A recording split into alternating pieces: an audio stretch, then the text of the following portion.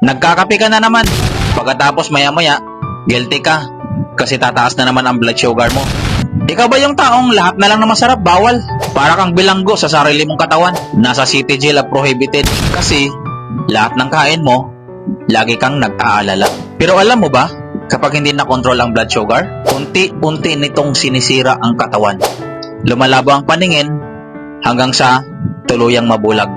Kagaya nung nangyari kay April Boy Regino, nasisira ang kidney hanggang sa dialysis na ang katapusan. Ang hirap nun pag nag-dialysis na at pwedeng mauwi sa stroke at heart attack ng biglaan. Ayaw mo mangyari nun sa'yo, di ba? Pero hindi ibig sabihin na wala ng pag-asa. May paraan pa para makontrol ang blood sugar ng natural. Ito ang Salvio Barley Grass, gawa sa natural, organic ingredients. Walang side effect at proven na ng libu-libong Pilipino. Mabisa pero hindi mahal. Kung gusto mo ng stable na blood sugar at mas malayang buhay, baka ito na ang sagot sa matagal mo nang hinihintay. I-message mo ako ngayon para malaman mo kung paano magsimula at ituro ko sa iyo ang tamang paggamit nito. Huwag mo nang hintayin lumala pa at simulan mo na ang pagbabago ngayon.